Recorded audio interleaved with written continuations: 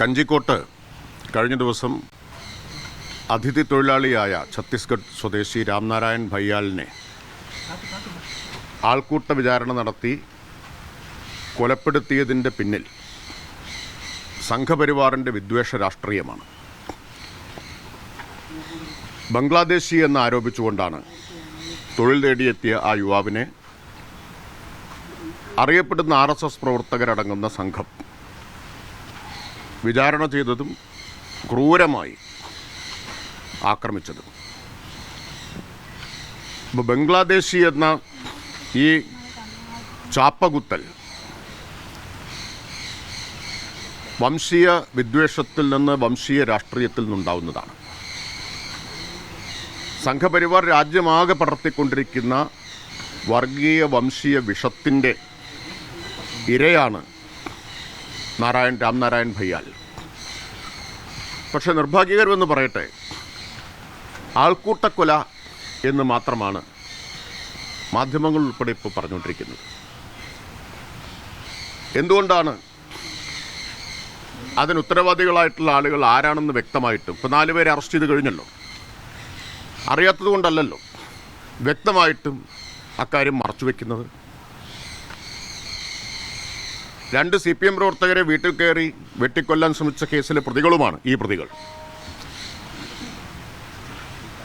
RSS CPM സംഘർഷത്തിൻ്റെ ഭാഗമായി. അപ്പോൾ അവരുടെ രാഷ്ട്രീയം വ്യക്തമാണ്, അവരുടെ ക്രിമിനൽ പശ്ചാത്തലം വ്യക്തമാണ്. എന്നിട്ടും അത് മറച്ചുവെക്കാൻ, ആ വിദ്വേഷ രാഷ്ട്രീയമാണ് ഇതിൻ്റെ പിന്നിലെന്ന വസ്തുത മറച്ചുവെക്കാനാണ് ശ്രമം നടക്കുന്നത്.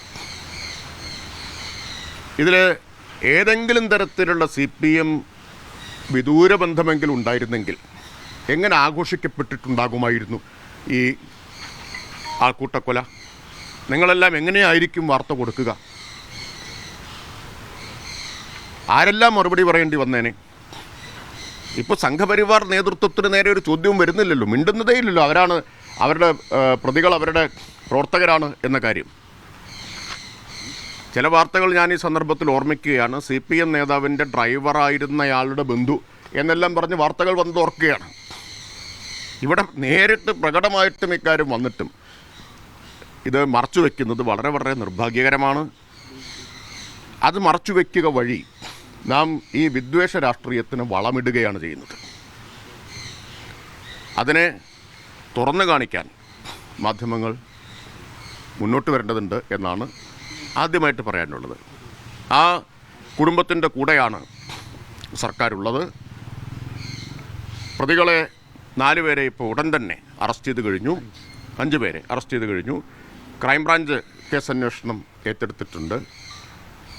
ശക്തമായ നടപടികൾ അക്കാര്യത്തിലുണ്ടാവും. ഒരു വിട്ടുവീഴ്ചയും ഇക്കാര്യത്തിൽ ഉണ്ടാവില്ല എന്ന് മാത്രമല്ല, പ്രതികൾക്ക് പരമാവധി ശിക്ഷ ഉറപ്പാക്കി കൊടുക്കാൻ പഴുതടച്ച നടപടികളുണ്ടാവും. ഒരു ഉത്തരേന്ത്യയിലെല്ലാം ഇത്തരത്തിൽ ആൾക്കൂട്ട കൊലപാതകം നടക്കുന്നുണ്ട്. അപ്പോൾ അതിന് സമാനമായ രീതിയിൽ RSS ഒരു പ്ലാൻ ചെയ്താണോ ഇത് നടപ്പാക്കി? ഞാൻ പറഞ്ഞത് RSS ഉണ്ടാക്കിയ ഒരു വിദ്വേഷ രാഷ്ട്രീയം ഉണ്ടല്ലോ, വംശീയ വിദ്വേഷം ഉണ്ടല്ലോ, അതാണ് ഇതിൻ്റെ കാരണം എന്നതാണ്. പുറത്തുനിന്ന് വരുന്നവരെയെല്ലാം ശത്രുക്കളായിട്ട് കാണുന്ന അവരെല്ലാം ബംഗ്ലാദേശികളാണ്, മലയാളിയല്ലാത്ത ഏതൊരാളും ബംഗ്ലാദേശിയാണ് എന്നതാണ് RSS കേരളത്തിൽ നടത്തുന്ന പ്രചരണം. അങ്ങനെ ചാപ്പ കുത്തുകയും മുദ്ര കുത്തുകയും എന്നിട്ട് അവരെ തല്ലിക്കൊല്ലുകയും ചെയ്യുക എന്നതാണ്. നമ്മൾ സാധാരണ പറയില്ല, ആടിനെ പട്ടിയാക്കുക എന്നിട്ട് പേപ്പട്ടിയാക്കുക പിന്നെ തല്ലിക്കൊല്ലുക എന്നത്. ആ സമീപനമാണ് സ്വീകരിക്കുന്നത്. അപ്പോൾ ഉത്തരേന്ത്യയിൽ ഈ ആൾക്കൂട്ട കൊലകൾക്ക് RSS ആണ് നേതൃത്വം കൊടുക്കുന്നത്. ഈ സംഭവത്തിലും പ്രതിസ്ഥാനത്ത് സംഘപരിവാറാണ്. അതാണ് ഞാൻ പറഞ്ഞത്. ആ പ്രതികൾ 2 CPM പ്രവർത്തകരെ വീട്ടിൽ കയറി വെട്ടിക്കൊല്ലാൻ ശ്രമിച്ച കേസിലെ പ്രതികളാണ്. രേഖകളുണ്ടല്ലോ.